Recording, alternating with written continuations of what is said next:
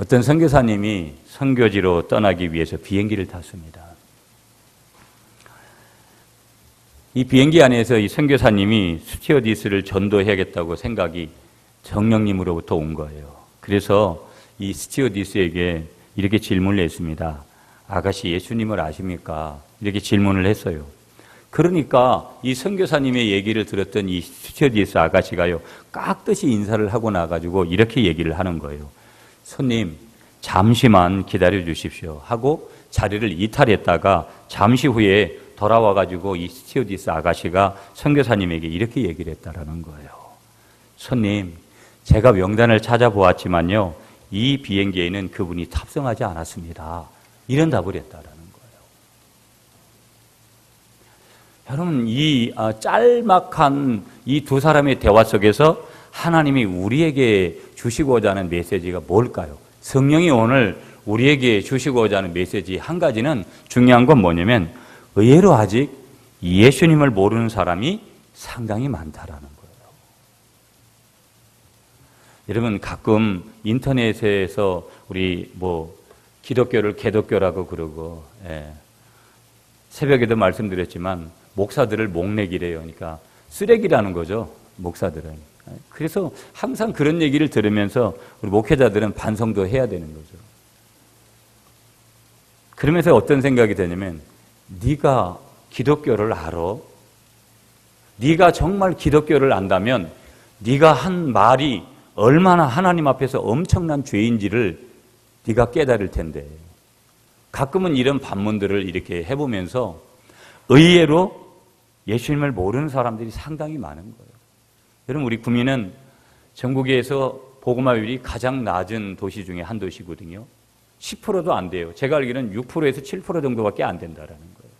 그 무슨 얘기냐면 100명의 사람이 있다고 가정을 하면 무슨 얘기예요? 6명은 예수 믿고 94명은 아직 예수를 안 믿는다라는 거예요.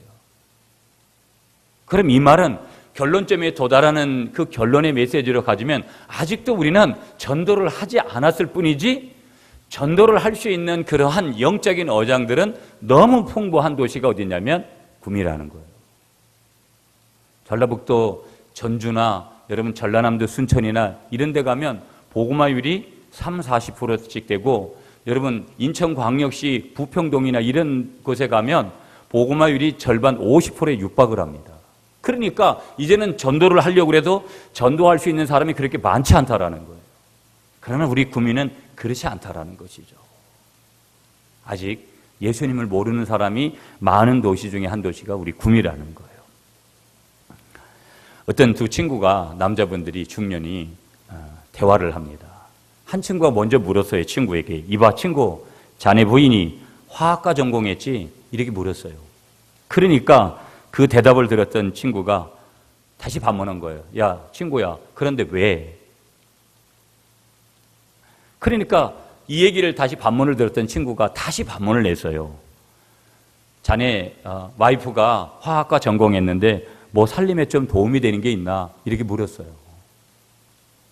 그러니까 바로 이 얘기가 끝나자마자 이 친구가 바로 대받아친 거예요. 되고 말고 이렇게 말을 바로 대받아쳤어요. 그러니까 이 말을 듣고 있었던 친구가요, 바로 다시 질문했습니다. 뭔데? 어서 한번 말을 해보라고 이 친구에게 반문을 했습니다. 그런데 이런 대답을 이 친구가 하는 거예요. 친구 들어보게, 어제 저녁에 우리 마누라가 갈비를 완전히 수트로 만드는데 성공을 했다네. 이런 얘기를 한 거예요. 어제 저녁에 우리 마누라가 갈비를 수트로 만드는데 성공을 했다네. 거의 마음에 감동이 전혀 없나 보죠. 하나님이 가장 좋아하시는 전공이 뭘까? 우리 인간은 당신 뭐 전공했냐? 당신 뭘 잘하느냐? 뭘 할 수 있느냐? 많이 얘기하죠. 그게 잘못된 건 아니죠. 좋은 학교를 나오고 좋은 전공을 하고 또 그래서 우리가 어떤 일을 갖다 잘할 수 있는 달란트를 가지고 참 좋은 거예요. 그런데 문제는 뭐냐면 과연 그거를 하나님은 얼마나 우리가 배우고 우리가 익히고 하는 것들에 대해서 그걸 인정하냐. 요즘 목회자들은 무슨 학위를 많이 가져야지 목회를 잘하는 거로 알아요. 왜? 그래야 좋은 큰 교회 가니까. 물론 저도 그런 흐름에 있었는지 모르겠어요. 여하튼 어려운 가운데서 공부를 하게 됐지만 그게 과연 목회의 성공의 도구가 될까? 설령 큰 교회를 갔다 그래도 과연 그 목사가 정말 목회를 바르게 하는 걸까? 저는 의심을 참 많이 하고 후배들이 공부만을 하려고 할 때 영의 세계가 뭔지도 모르고 말씀의 세계가 뭔지도 잘 모르면서 학위 하나 더 가지려고 몸부림치는 모습들을 볼 때 한편에서는 저도 그런 사람이었지만 부끄러운 마음이 앞서고 오늘 이 시대의 영적인 지도자들과 영적인 흐름들이 어디로 가고 있다는 것을 그런 속에서도 정확하게 볼 수 있는 거예요. 우리 한번 따라 하시겠습니다. 하나님께서 가장 좋아하시는 전공은 기도대학 전도학과 출신입니다. 아멘이십니까? 하나님께서 가장 좋아하시는 전공은 어떤 전공자냐? 기도대학 전도학과 출신이다. 이 말이 공감되는 사람들이 많으면 교회는 달라질 수밖에 없고 기독교는 달라질 수밖에 없고 다른 종교가 무슨 일을 안 해도 결국 그 사회는 변화될 수밖에 없는 거예요. 왜? 그 사람들 속에는 무엇이 있기 때문에? 복음이 있기 때문에. 복음은 다이너마이트이기 때문에, 복음은 능력이기 때문에, 복음은 해결하지 못할 수 있는 전제 조건을 달 수 없는 능력이기 때문에 모든 것들을 해결할 수 있기 때문에 그런 것이다라는 거예요. 나는 고등학교밖에 안 나왔는데요. 상관없습니다. 영적인 기도대학 전도학과 나는 거기 출신입니다. 이렇게 말할 수 있다면 하나님이 가장 기뻐하시는, 하나님이 가장 인정하시는 저와 여러분들의 전공이 된다라는 것을 믿으시는 여러분이 되시기를 다시 한번 축복하겠습니다. 사람은요, 누구나 다 죽는 거예요. 일찍 죽을 수도 있고 연세가 많아서 죽을 수도 있어요. 온 날은 다 정해졌지만 가는 날은 함부로 누구든지 말할 수가 없어요. 그러나 중요한 사실은 사람은 누구나 한 번은 주님 앞에 서는 날이 있다는 거예요. 죽는 것이 먼저가 아니라 더 중요한 것은 그 죽음 그 순간에 우리는 반드시 누구 앞에 서는 것이냐? 주님 앞에 서는 날, 주님 앞에 선다라는 거예요. 그런데 내가 주님 앞에 서는 그날에 그때 주님께서 나에게 첫 번째 질문을 한 가지 던지신다라는 거예요. 그 첫 번째 질문의 내용이 뭐냐? 너는 이 땅에서 뭘 하다가 왔느냐? 너는 이 땅에서 뭘 하다가 왔느냐?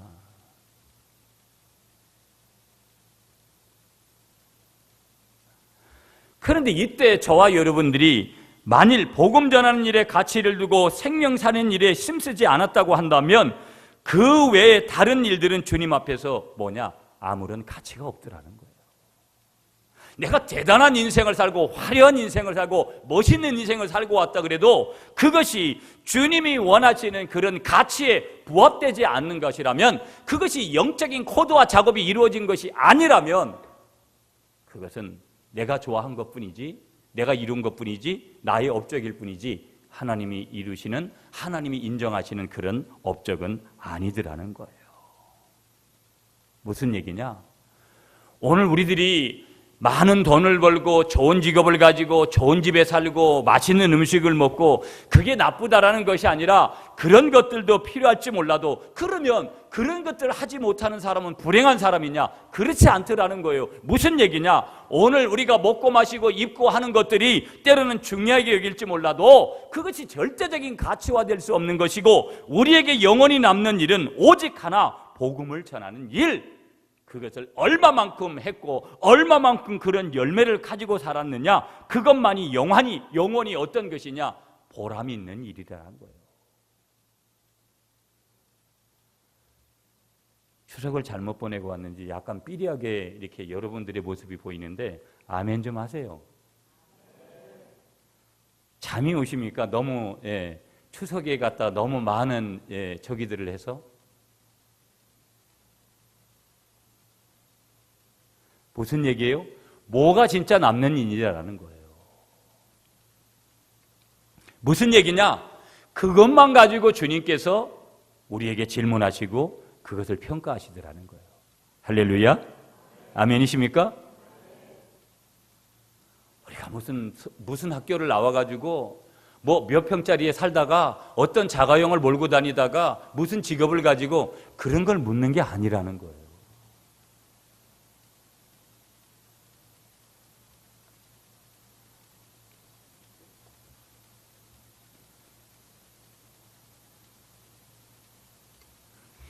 내게는 달란트하고 내게는 뭐가 있냐면 재능이 있고 내게는 은사들이 주어졌어요. 믿습니까, 여러분? 그런데 이 내게 주신 이 달란트하고 재능하고 은사들로 전도하는 일에 몰입하는 것이 마땅한 줄로 믿습니다. 무슨 얘기냐면 한번 따라하겠습니다. 전도가 인생의 초점이 되어야 합니다. 믿습니까, 여러분? 사도 바울은 사도행전 20장 24절에 이렇게 고백을 해요. 내가 달려갈 길과 주 예수께 받은 사명 곧 하나님의 은혜의 복음을 증언하는 일을 마치려 하면은 나의 생명조차도 귀한 것으로 여기지 아니하노라. 아무나 칭찬받는 거 아니에요. 교회 오면 많은 사람들이 그렇게 생각을 해요. 교회 오면 위로받아야 되고 교회 오면은 그냥 모든 걸 갖다 덮어줘야 되고 그런 착각을 한 한국 교회가 왜 넘어지게 됐느냐?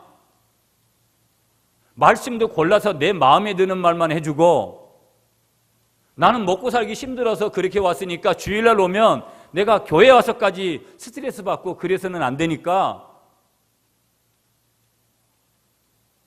많은 사람들이 착각을 하는 거죠. 제가 늘 말씀드리지만 이 땅의 지도자들이 사고 자체가 가치관 자체가 잘못된 사람들이 지도자로 서서 가니까 결국은 뭐냐면 그런 부류들의 용납을 하고 그런 것들을 받아들이고 그런 것들에 동화되기 때문에 결국은 피장이 파장이 되는 거예요.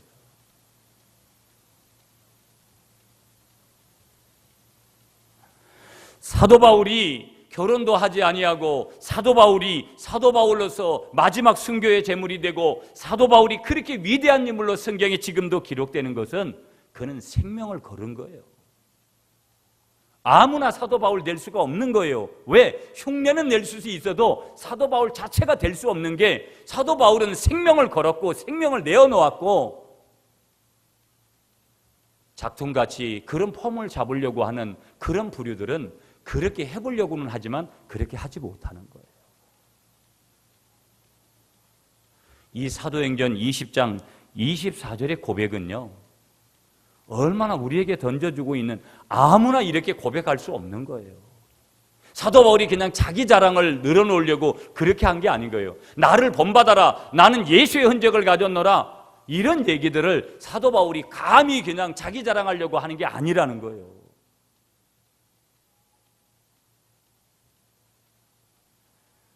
한마디로 말하면 가치관이 바뀐 사람이죠. 누가? 사도 바울은. 전도에 온전하게 생명을 걸었던 사람이 바로 누구냐면 사도 바울이었다라는 거예요. 아멘이십니까, 여러분?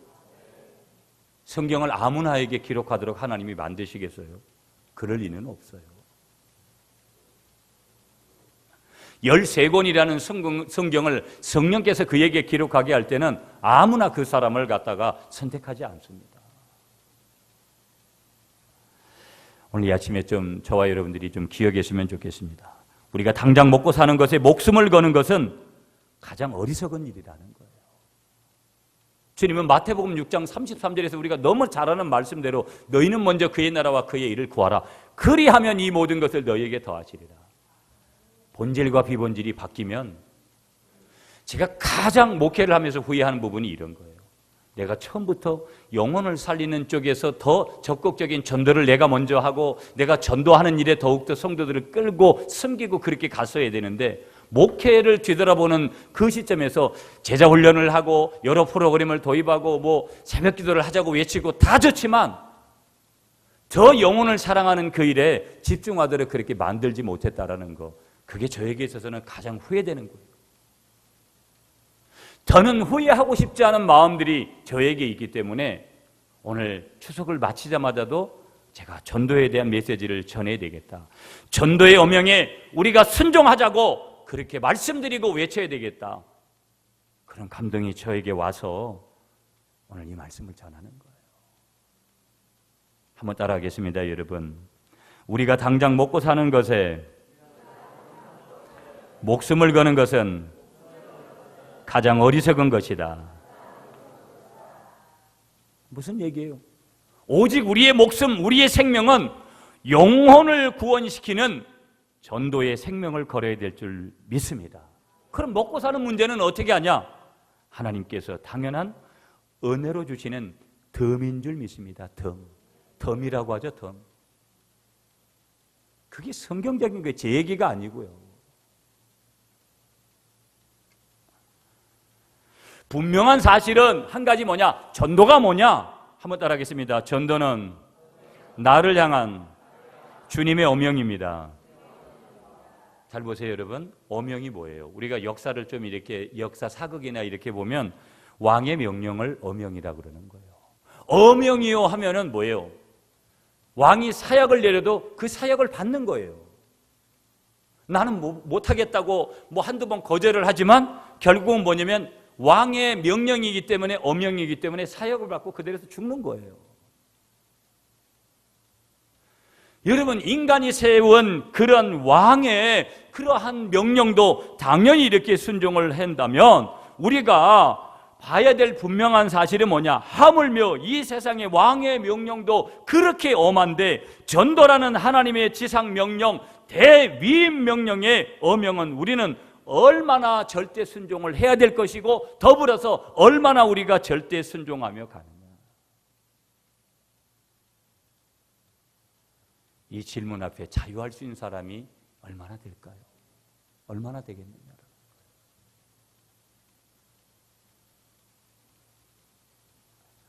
교회를 한번 볼까요, 여러분? 교회를 분석하는 것은 간단해요. 무슨 얘기냐면 부흥하는 교회, 은혜스러운 교회, 성장하는 교회, 어명을 어명으로 받는 교회예요.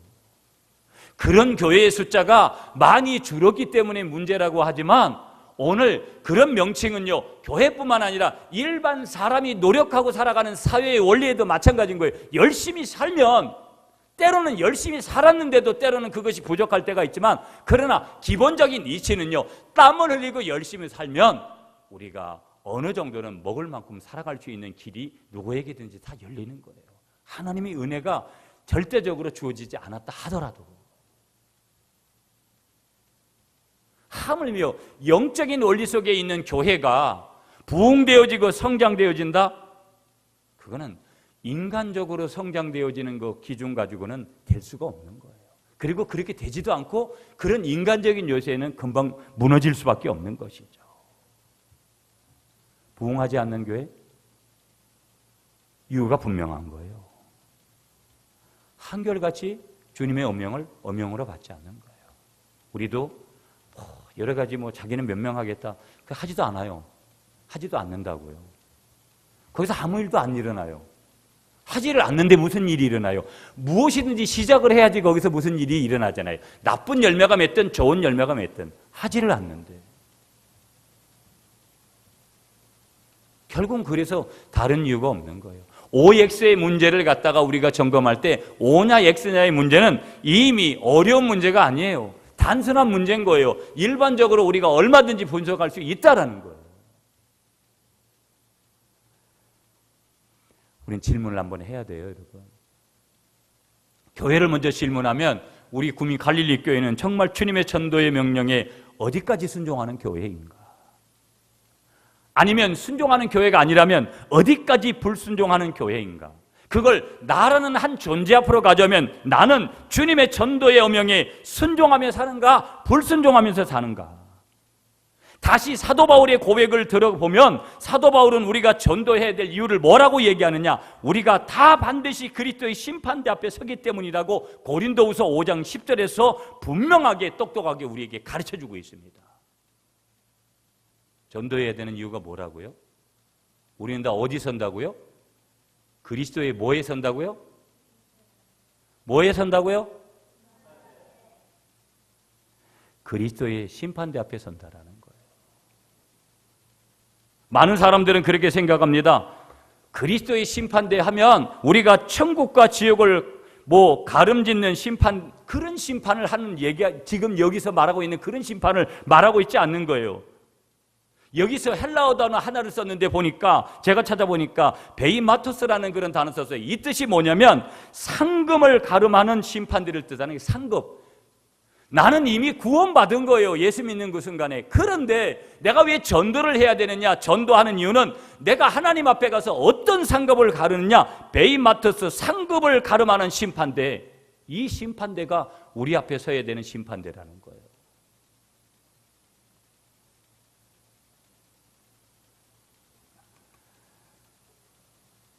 제가 아까 좀 전에도 말씀드렸잖아요. 제가 목회에서 부끄러운 것들이 참 많습니다. 하나님 앞에. 그런데 지금도 제가 무언가를 좀 뒤돌아보면서 무언가를 해보려고 하면서도 느끼는 부분이 뭐냐면, 가장 부끄러운 게 내 자신이 먼저 전도 많이를 못하고 전도하는 일에 집중하지 못한 거. 이게 제 목회에 있어서 여러 가지 단점들이 있지만 그중에 가장 큰 단점이다. 그런 생각들을 정말 많이 하고 또 그런 기도들도 많이 하게 됩니다.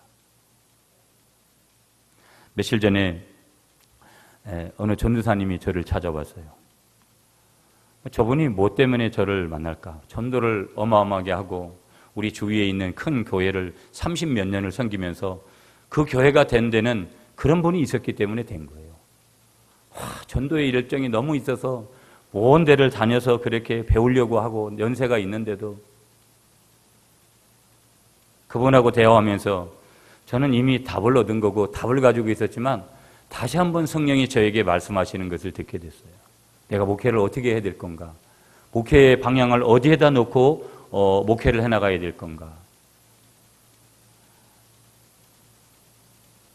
자연스럽게 그분 앞에, 그분이 저에게, 그분의 입술을 통해서 저에게 주시는 하나님의 회초리, 하나님의 방향성을 바로 읽게 됐죠. 그분은 끊임없이 한 단어를 외쳤습니다. 다른 단어로, 4단어로 바꾸면 영혼구원이요, 2단어로 바꾸면 전도. 그래서 이 구미 땅을, 영혼을 구원하는 일에 우리 몇몇 사람들이 최선을 다해보자라는 그런 요지의 내용이었습니다. 여러분 기억하셔야 돼요. 저는 지금도 저희 교회도 직분을 받고도 직분에 대해서 곰곰하게 하나님 앞에서 원로와 물어야 될 분들이 참 많다고 생각해요. 남이 서리 집사 받으니까, 집사라고 부르니까 나도 저거 받았으면 좋겠다. 그런 마음으로 출발했어도 적어도 나에게 있어서 하나님이 주시는 그런 책임, 의무, 이런 것들에 대해서 분명하게 직분자로서 생각을 해봐야 된다는 거예요. 무슨 말씀이냐면, 오늘 전도 때문에 오늘 저와 여러분들에게 직분을 주신 줄 믿습니다.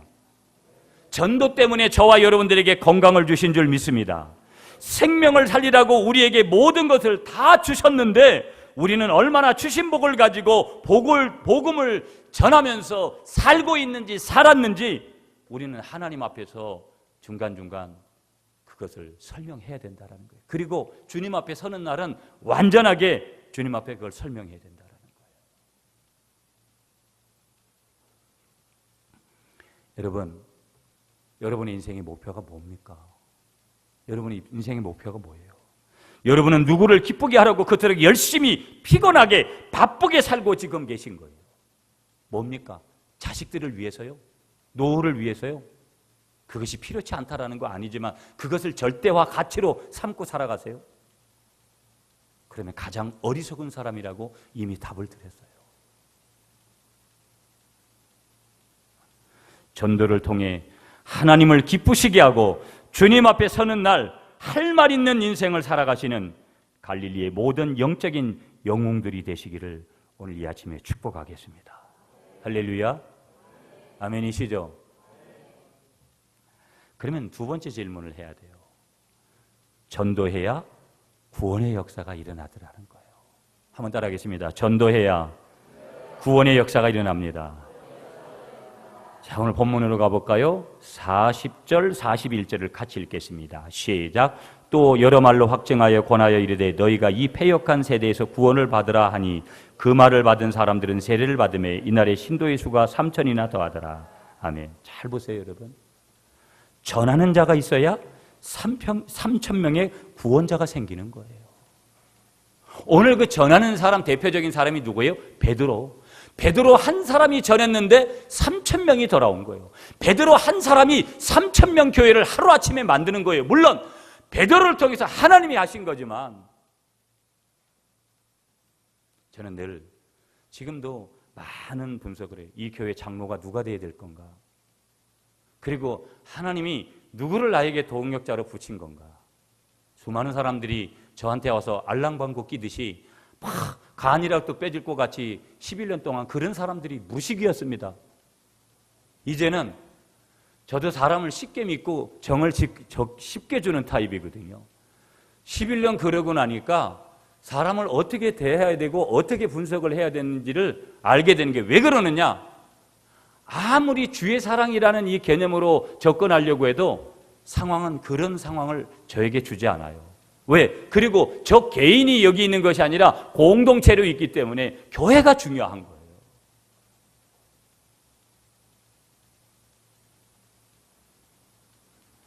베드로 한 사람이 똑바로 세워지니까 3천 명 교회가 바로 세워지는 거예요.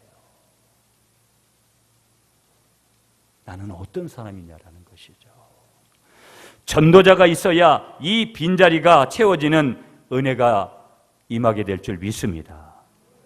전해야 반드시 그곳에서 역사가 일어나게 되는 줄 믿으시는 여러분이 되시기를 간절히 축복하겠습니다. 어떤 역사요? 구원의 역사가 일어나는 것이죠. 여러분 보세요.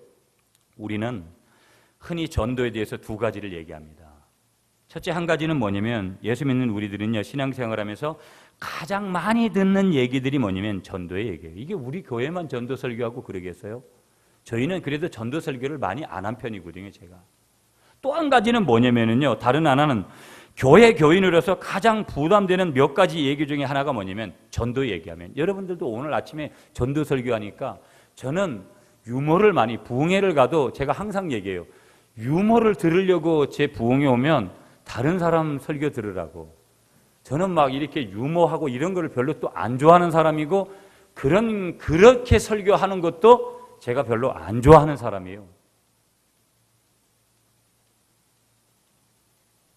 바로 오늘 아침에도 여러분이 제가 분석할 때는 추석을 좀 엉뚱하게 많이 세고 온 분들도 계시구나, 이런 분석이 되지만 전도 설교를 하니까 긴장을 팍 하는 거예요.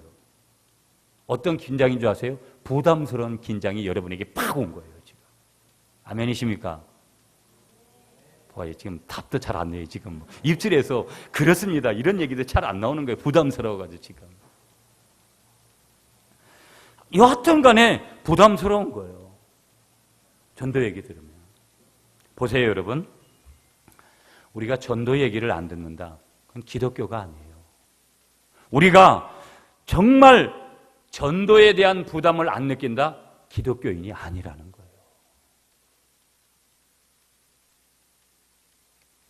성서는 결국은 뭘 얘기하냐면 성서의 중심은 영혼 구원이에요. 예수 그리스도를 통한 영혼 구원. 그런데 그 예수 그리스도를 통한 영혼 구원이 일어나기 위해서는 매개가 필요한데 그게 사람이 돼야 된다는 거예요. 짐승이 아니라. 그러므로 여러분, 이 말씀의 결론은 뭐냐? 신앙생활을 하면서 전도에 대해서 가장 듣고 가장 많이 듣고 가장 많이 부담스러워하기도 하면서 가장 집중해야 되는 것이 뭐냐? 이 전도라는 단어라는 거예요. 아이러니일 수도 있죠.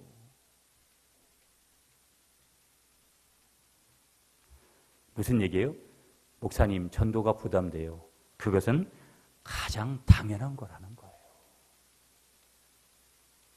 이 말씀을 전하고 있는 저에게도 그런데 당연한 거라는 거예요. 생명이 걸려있는 현장에 어찌 사탄의 방해가 일어나지 않겠느냐라는 거예요. 무슨 얘기냐? 그리스도인으로서 전도에 대해서 느끼는 부담도 근원적으로는 뭐냐? 사탄의 공작에서 오는 것임을 우리가 분명하게 알아야 된다라는 거예요. 성령이 그런 부담감을 줄까요? 성령은 그런 분이 아니에요. 이미 내가 전도라는 단어를 떠올리는 그 순간에 사탄은 내게 있어서 방해를 시작하더라는 말이에요. 우리는 미국의 유명한 35대 대통령 기억하시는지 모르겠지만 케네디 대통령을 잘 많이 들어오셨습니다. 그는 아주 젊은 나이에 총망을 받고 세계적으로 인기 있는 대통령이 되었습니다. 그런데 그는 46세에 암살을 당해서 죽고 맙니다. 그런데 여러분, 이 케네디 대통령만 중요한 게 아니라 이 케네디 대통령 가계, 이 가계에 얽힌 사건들을 보면 그걸 분석하면 굉장히 충격적입니다. 1998년도에 뉴스위크지에서 케네디 가에 대해서 기사를 실은 적이 있는데요. 그 내용들은 이런 거예요. 이 케네디가 40대 중반에 죽고요. 그 형이 누구냐면 마이클 케네디입니다. 이 마이클 케네디는 39세에 심장마비로 죽습니다. 그의 아버지 이름이 누구냐면 로버트 케네디거든요. 이 로버트 케네디는요, 대선 후보 선거에서 42살에 또 암살을 당합니다. 아버지도 암살당했고 자식도 암살을 당한 거죠. 그의 삼촌이 있는데요. 삼촌은 46살에 또 암살을 당합니다. 자기 친삼촌이. 이 케네디 아까 말한 맏형도 여동생도 젊은 나이에 죽고 말았어요. 또 1999년도에 7월 16일에는 케네디 전 대통령의 아들 케네디 2세가 탄 경비행기가 바다에 추락해 비행기 안에 있던 모든 사람이 다 죽고 맙니다. 그러니까 이 케네디가의 모든 가계의 사람들은요, 거의 40세 정도의 나이에 숨을 거두는 거예요. 충격적인 그런 사건이죠. 모두가 다요, 신문 방송들은 그 가게에 사망의 줄이 달려있다라고 막 얘기를 했어요.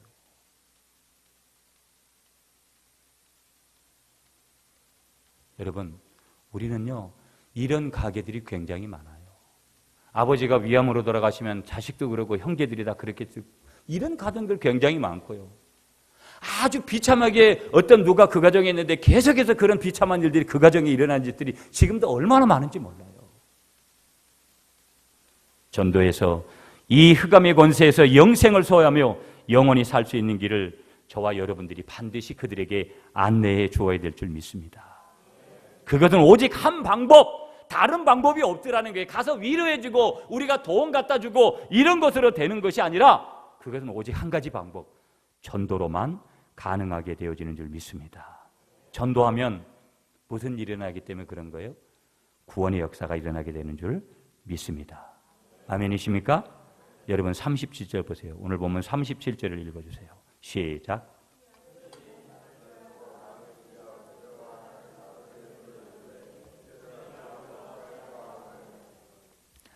그들이 이 말을 듣고 보세요, 여러분. 그들이 들었던 것이 뭘까요? 로또 당첨 비결입니까, 지금? 아니올시다요. 그들이 분명 들었던 메시지는 복음, 순복음, 참 복음의 소식이었어요. 구원의 메시지였죠, 지금. 그때 이 복음의 메시지를 들은 사람들이 어찌할꼬 회개의 탄식이 그들에게 터져 나온 줄 믿습니다. 그리고 결론이 뭐예요? 3,000명의 역사, 복음을 들은 그들 속에서 그런 역사가 출발되어지는 줄 믿습니다. 오늘 잘 보셔야 돼요, 여러분. 그리고 기억하셔야 돼요. 오늘 주님은 이 21세기 포스트 모더니즘 시대의 이 21세기 현장에서 누가 복음에 나팔되기를 지금 원하신다라는 거예요? 누가 그런 사람 되기를 원할까요?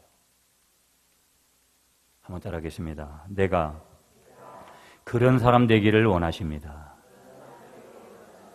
우리가 기억해야 돼요. 나는 아니라고 거부한다면, 나는 사는 게 바쁘고 나는 여건이 안 되기 때문에 나는 아니라고 거부한다면 나는 그리스도의 사람이 아니라는 거예요.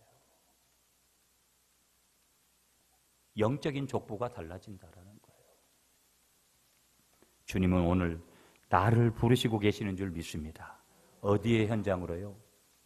전도의 현장으로, 영혼을 구원시키는 전도의 현장으로 나를 부르심을 분명하게 듣고 보고 깨닫는 여러분들이 되시기를 간절히 축복하겠습니다. 그래서 여기서 우리는요, 구원의 우선순위 전도의 우선순위를 분명하게 해야 돼요. 무슨 말씀이냐면요, 누구를 먼저 구원해야 하느냐의 문제예요. 여러분, 우리 여기 남자분들 계시잖아요. 가족이 물에 빠졌습니다. 내 아내를 먼저 구출하겠습니까? 자식들을 먼저 구출하겠습니까? 유담 지사님, 이해입니다. 어떻게 하시겠습니까? 답 잘 하셔야 됩니다. 권 집사님한테 누가 얘기해 드릴 수 있기 때문에. 어떻게 하시겠습니까? 네. 예. 박문성 집사님 어떻게 하시겠습니까? 다 하셔야 된다. 근데 분명하게 이제 자식이냐, 아내냐, 이 둘 중에 결정을 해야 됩니다. 왜냐면 다 한꺼번에 했는데 딱 결정을 하셔야 됩니다, 지금. 예. 저는, 우리 이 자녀들도 있잖아요. 저는 우리 집사람을 먼저 구합니다. 이게 확실하게 OX의 문제를 거야 되니까, 여러분. 우리 애들은 참 미안하지만 아빠가 저럴 수 있나 그럴지 몰라도 저는 우리 집사람을 구합니다. 굉장히 중요한 얘기를 드리려고 해요, 여러분. 끝나지 않은 가족 구원의 가슴앓이를 정리하라는 거예요. 하나님의 메시지. 끝나지 않은 가족 구원의 가슴앓이. 여러분, 이런 가슴앓이가 있으세요? 내 아내와 내 남편과 내 형제들이 지금 구원받지 못한 그런 가슴앓이, 이거 없다면 이거 심각한 거예요. 이 가슴앓이를 정리하라는 거예요. 그것을 제일 먼저 정리하라는 거예요. 오늘 메시지는요, 그래서 여러분 이 설교하면서 김남준 목사님이 쓰신 가족 구원이라는 책을 보니까 거기 이런 예화가 나오는 거예요. 이미 벌써 천국에 간 여자 성도님의 얘기인 거예요. 제가 바로 읽어드릴게요, 여러분. 어느 날 밤에 꿈을 꾸었습니다. 하늘로부터 두루마리로 된 편지 한 통이 내려왔습니다. 하늘로부터 미끄러지듯이 내려온 두루마리는 제 앞에서 펼쳐졌습니다. 거기에는 제 아버지께 속히 편지를 쓰라는 간곡한 사연이 짤막하게 적혀 있었습니다. 며칠 동안 연거푸 3번을 똑같은 꿈을 꾸었습니다. 그것이 저희 아버지께 복음을 전하는 메시지인 줄 알았지만 순종하지 않았습니다. 그리고 2달 후 아버지께서 돌아가셨다는 소식을 접했습니다. 지금도 그때 일을 생각하면 하늘나라에 가서 주님께 무엇라고 말씀을 드릴까 마음이 아픕니다. 그때 제가 편지라도 써서 복음을 전했더라면 이렇게 많은 세월이 흐른 지금 후회하고 있지는 않을 것입니다. 여러분, 이런 경험이 있는 분들이 많잖아요. 저에게도 현재도 있는 거고요. 다시 한번 기억하셔야 돼요. 하나님께서 한 가족을 구원하실 때 항상 먼저 은혜 받은 사람을 사용하셔서 그 일을 이루시는 줄 믿습니다. 그 은혜 받은 사람이 누구라는 거예요? 나라는 거예요. 내가 여기 지금 예수 믿고 여기 이 자리에 있으니까. 내가 그 일을 하라는 거예요. 가족 구원하는데. 여러분, 그 일에 순종하시는 여러분이 되시기를 축복합니다. 우리가 천국 갔을 때 있잖아요. 하늘나라에서 주님이 우리에게 물으시는 거예요. 내 부모와 형제가 어디 있느냐? 주님께서 물으신다면 즉시 대답을 드려야 되는 거예요. 주님 여기 와보세요. 주님 여기 우리 가족이 다 모였습니다. 그런 대답을 저와 여러분들이 해야 될 줄 믿습니다. 중요한 얘기예요. 그때까지는 끝나지 않은 가슴앓이가 있는 거예요. 내 가족들을 먼저 구원시켜야 되고 가족 구원을 먼저 시키고, 그럼 이제 결론으로 갈게요, 여러분. 어떻게 그런 전도자의 삶을 살까? 오늘 본문에 2가지만 짤막하게 보는데 38절이에요, 여러분. 38절 시작. 베드로가 이르되 너희가 회개하여 각각 예수 그리스도의 이름으로 세례를 받고 죄사함을 받으라. 그리하면 성령의 선물을 받으리니. 한번 따라하겠습니다. 내가 참된 회개의 사람이 되어야 합니다. 내가 중요해요. 내가 전도해야 되니까. 한번 따라하겠습니다. 교회는 주일에 절대 혼자 오는 것이 아닙니다. 우리는 절대 혼자 오잖아요. 내 몸 하나 더 다스리기 힘들다고 하면서 핑계를 대면서 온갖 이래서 못하고 저래서 못했다고 매주 혼자 오잖아요. 주님은 성전의 문을 였고 눈동자를 지켜보는 거예요. 누가 한 영혼을 데리고 오는가? 양손에 모시고 오는가? 한 손에 모시고 오는가? 빈손으로 오는가? 누군가가 나를 그렇게 기다리고 있다면 우리는 사람이 기다려도 그렇게 하지 않아요. 교회는 주일에 절대 혼자 오는 곳이 아니다. 반드시 누군가를 데려오는 곳인 줄 믿습니다. 이 영적 의식이 분명해야 된다는 거예요. 이 영적 의식이 분명한 교인들이 많은 교회는 부흥하지 말라 그래도 부흥해요. 그게 다 우리 구미 안에 있는 대표적인 큰 교회들도 오래된 것도 있지만 제가 듣는 거로도 우리가 옆에 있는 상무교회도 수많은 사람들이 이사가고 수많은 사람들이 떠납니다. 그런데 다른 게 뭔지 아세요? 또 새로운 사람이 와서 큰 교회이기 때문에 스스로가 찾아오는 사람들도 있지만 거기에는 영적 의식이 분명한 사람들이 있는 거예요.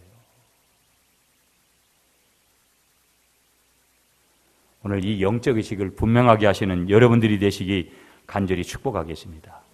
이 영적 의식이 내 속에 체질화되기 위해서는 내가 뭐 해야 되는 사람이 되는 거예요? 철저히 회개해야 되는 사람.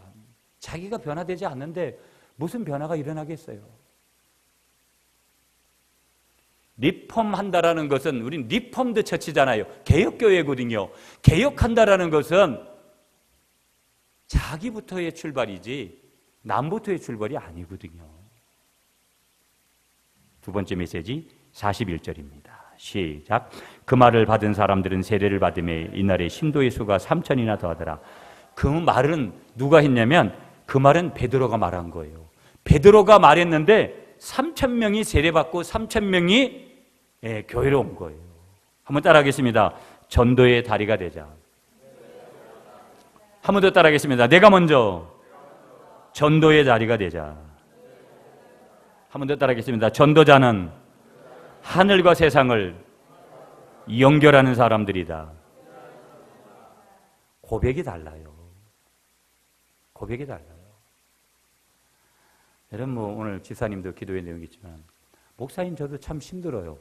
인생이기 때문에 힘든 것도 있고 목회를 하기 때문에 힘든 거예요. 왜? 목회는 십자가이기 때문에 힘든 거예요. 목회가 힘든 가운데서 보람을 얻고 행복감을 얻는 거지 힘이 전혀 안 되는데 그런 일은 없어요. 예수 믿는 건 십자가예요. 십자가가 없는 기독교는 있을 수가 없어요. 예수 믿는 게 목사님 참 힘들 때도 있네요. 이런 고백을 교회 섬기는 것이 좀 힘드네요. 이런 고백이 없다면 여러분 그건 가짜예요.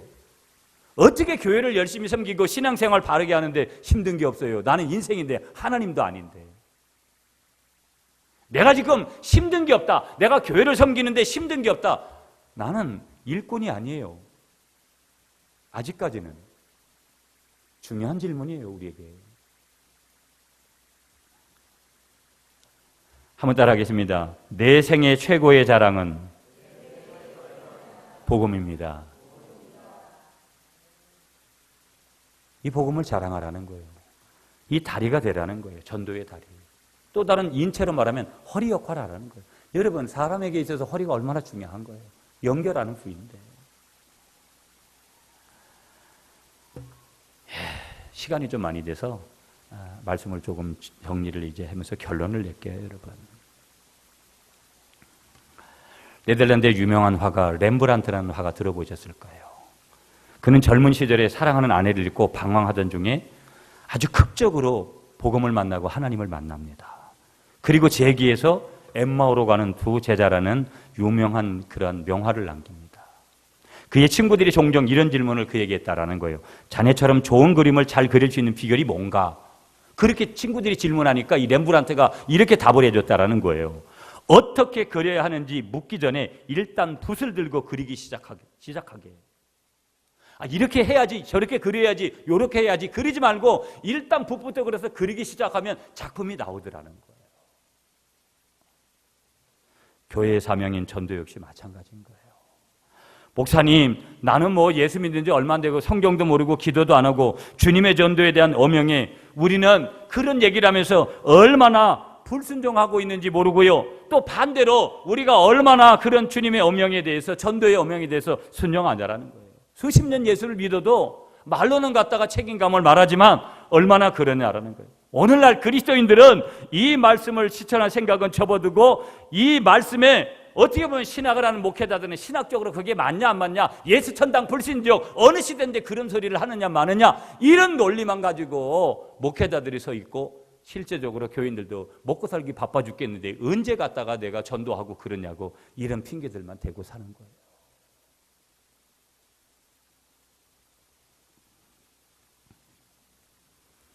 여러분 보세요. 이미 생활 속에서 운전면허를 따잖아요. 운전면허를 딴 사람은요, 실제로 차를 전진해 봐야 되는 거예요. 그렇잖아요. 면허만 수십 개 가지고 있으면 뭐 하겠어요? 단지 매일 인생에 살면서 이론만 복습하면서 시간을 보낸다면 그는 어떤 사람이냐? 성경이 말씀하는 거예요. 어리석은 사람이다. 예수는 우리에게 전도 면허증을 이미 주셨어요. 전도 면허증을 주셨다면 우리는 그 면허를 어떻게 해야 되는 거예요? 써서 좋은 역할들을 저와 여러분들이 반드시 해야 될 줄 믿습니다. 여러분 영어 단어 중에 just do it 이런 단어 아시죠? 영어를 저는 잘하는 건 아니지만 이 뜻이 이런 거 just do it이라는 이런 뜻이 서둘러 아니면 어서 해봐라는 그런 뜻을 가지고 있잖아요. 실천해보라는 그런 뜻이 있는 거거든요. 이 just do it 어떤 스포츠 용품 광고에 나오는 어떤 문구입니다. 또 다른 전도 그건 역시 지금 바로 시작하면 되는 줄 믿습니다. 해보면 방법이 생기고 그 영적인 맛이 뭔지 내가 예수 믿는 것이 뭔지 거기에 숨겨진 비밀을 알게 될 줄 믿습니다. 해야 할 일을 하지 않고 넋놓고 앉아있는 시간은 휴식이 될 수 없는 거예요. 왜 우리가 참된 안식을 얻지 못하는 거예요? 뭘 가져봐도 왜 그런 안식이 없는 거예요? 본질을 붙들지 않고 비본질을 붙들기 때문에 그런 거예요. 급히 먹는 밥이 체하고요. 운물에서 숭늉을 찾을 수 없습니다.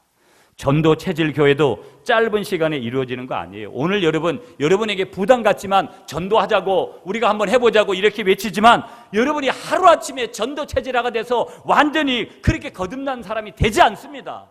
그럼에도 불구하고 우리가 전도 체질화되기 위해서 전도 체질 교회의 변화를 위해서 단계별로 차근차근 저와 여러분들이 순종하면서 이루어가야 될 줄 믿습니다.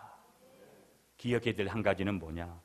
모든 것은 출발이 먼저 선행돼야 된다는 거예요. 목사님 해보겠습니다. 한번 해보죠. 시작이 반이다. 무슨 일이나 처음에 시작하기가 어렵지만 일전 시작을 하면 끝이 나게 되어지는 거.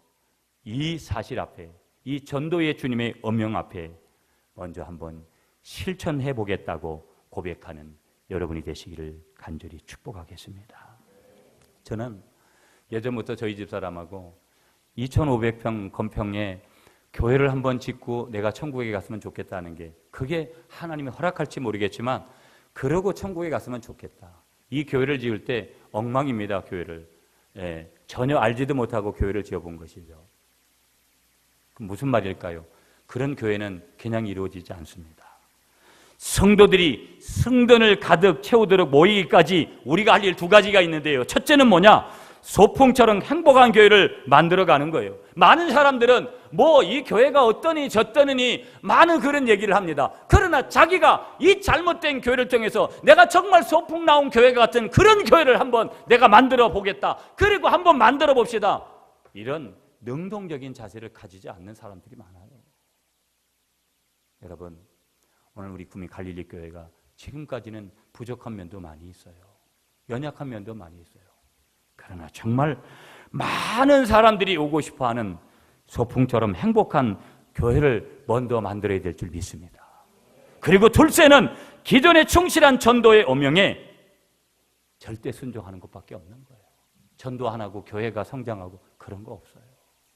어떻게든지 또 내가 전도하다 넘어져도 내가 전도해 온 사람이 또 정착을 못하고 그렇게 해도 끊임없이 10명이 오면 1명밖에 정착을 못해요. 여러분, 그게 통계입니다. 그럼 우리 교회는 그런 소풍 같은 그런 교회를 만들어서 2명, 3명이 정착하도록 만들어야 되고 10명이 오면 10명이 정착할 수 있는 그 교회를 만들어야 되는 거예요. 그냥 데려오기만 한다고 되는 게 아니라. 아멘이십니까? 이건 누구의 책임이 아니에요. 모두가 다 협력하지 않으면 그런 분위기는 안 일어나요. 제가 아까 말씀드리잖아요. 제가 얼굴에 주일날 적어도 오면 책임을 져야 돼요. 여러분들이 부부싸움을 하고 와도 적어도 갖다 얼굴을 펼 생각을 하고 상대방을 섬기려고 해야죠. 입을 좀 째겠습니다. 여러분, 한번 마지막으로 웃고 마치겠습니다. 예, 입을 좀 한번 째서, 예, 입을 좀 째야 된다고요. 표현이 거칠지 몰라도 여러분, 그래야지 부흥합니다. 단순히 교회 부흥만 아니라 그 교회가 부흥될 때 여러분에게도 놀라운 가정적으로, 개인적으로 부흥이 일어나게 될 줄 믿습니다. 마지막 한번 따라하겠습니다. 여러분, 전도의 여명에 순종하자. 기도하겠습니다.